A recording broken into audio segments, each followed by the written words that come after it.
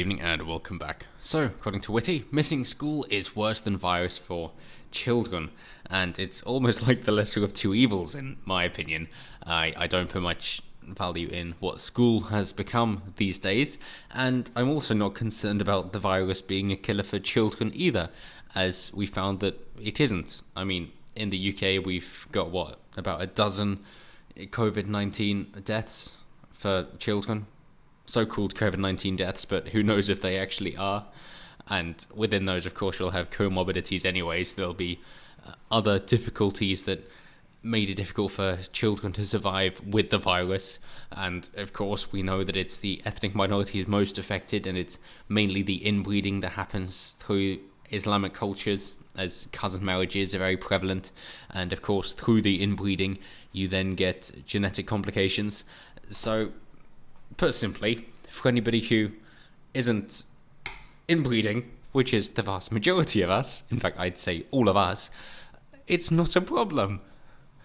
So you may have incredibly unfortunate luck to have a child who does suffer difficulties and probably wouldn't live to be an adult, and put simply, shit happens. Like, there's not really anything that anybody can do about that. You're lucky if they live into double digits, given that just a few decades ago, there's no chance. And that's where you'd have like SIDS and cot death syndrome. And that would be it. But now, of course, we can elongate their lives, so you're lucky for that. But hey, it's science. It's not a miracle. There is a limit, and you've got to be realistic in these things, which I know is sad to say, and it sucks for everybody involved, but that is just the fact of the matter. So, with the exceptions of such cases there, where I sympathise if you've done everything you can to avoid it, and not if you haven't, if, you're drug users all throughout and up to conception, and then the pregnant mother-to-be is still using all the way through the pregnancy, then you've kind of brought this upon yourself. The same goes for inbreeding. But if you've, played by the book, you've tried to stay clean, and you have done successfully, and you think you've done everything right, and yet you still end up with bad luck, then that is just bad luck. And it's awful, and that's why charities are there, in order to help you out through that difficult time, which has nothing to do with you making any mistakes or doing anything wrong. It's just that, you can't catch a break. And that sucks. But, realistically, this is a negligible amount of people, statistically speaking. Every life is important, but statistically speaking, it's essentially not going to happen. So we don't really need to be concerned about it from a coronavirus standpoint and children mixing in with each other. But then schools, on the other hand, well, I would say, given what's taught at schools and the indoctrination that goes on, then schools are more deadly than coronavirus for children. And I'm going to stick by that without a doubt. When you look at how much, essentially, communist indoctrination takes place, how the idea is to just inculcate everybody into saying the West is bad and we've got to embrace cultural Marxism and feel bad for being white, and just the dissolution of the family unit, then yes, schools are more deadly than the coronavirus. No doubt about it. From the ideological standpoint.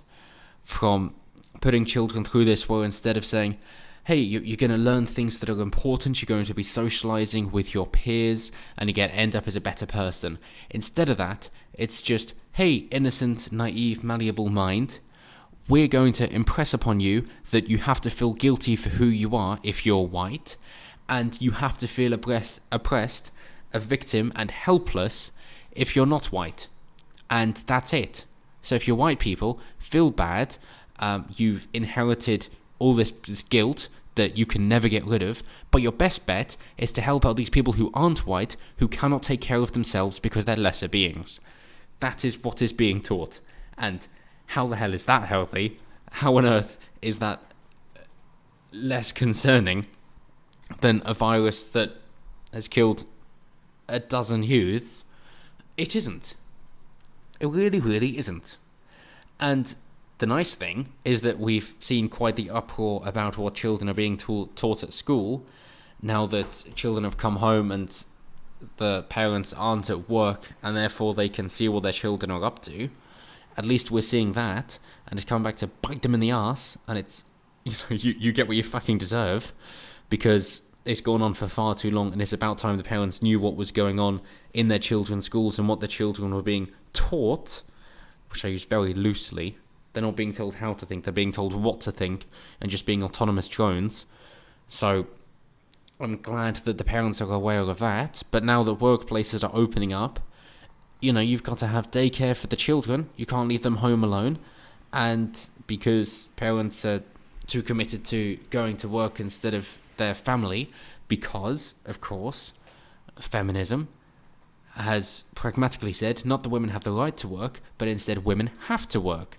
And therefore you can't support a family on just one income anymore, but you need two, in which case there's nobody there for the children, in which case they have to go to daycare, and that's being called school and education, which it isn't.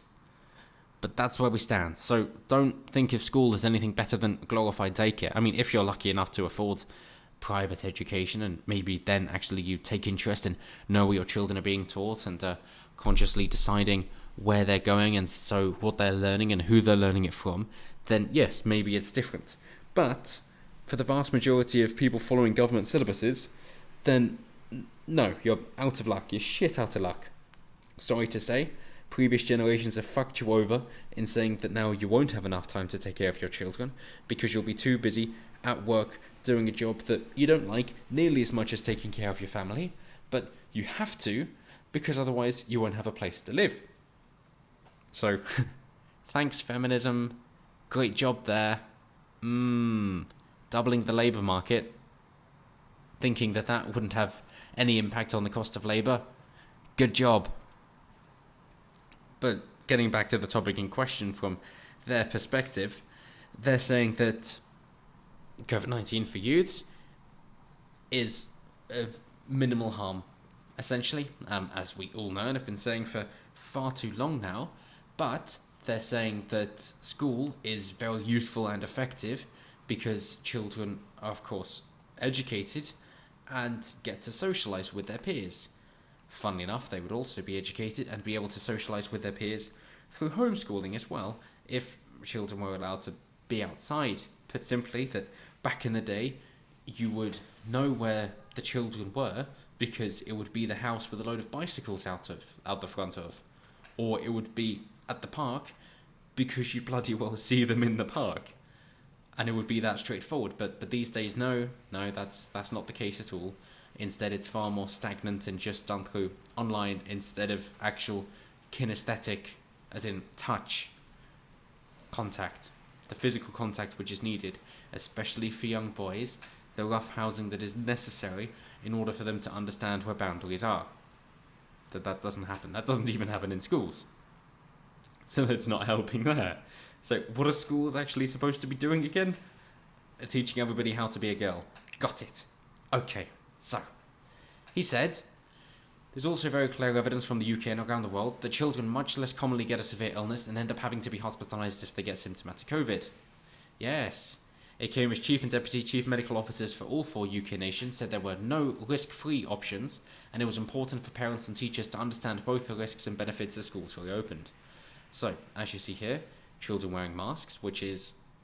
Oh, and social distancing, which is a terrible photo op. I don't know what they were thinking including this. And children, of course, under the age of 12 do not have to wear a mask, thank Christ. But over that, yes they do.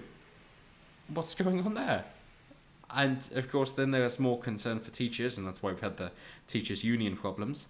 But most teachers would prefer to get back to work instead, and therefore it's just having to take in more precautions for the teachers so that they can't interact with each other, and they have to wear personal protective equipment. And, of course, then they stagger the teaching groups in order to just have the same small group all day, and then the teachers don't get to interact with each other as they would before, so they can't relieve themselves from stress in the staff room, going into the biscuit fund. They don't get any of that.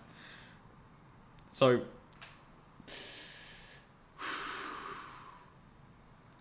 somehow, and it beggars belief, that the government seems to have made a shit education system even worse.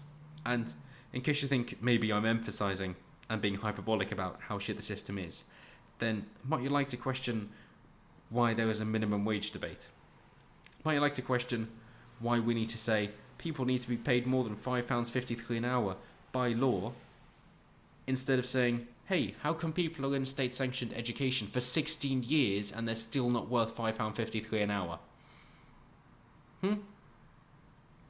Maybe that's worth taking into consideration as well. Maybe there's a far bigger problem at play there instead.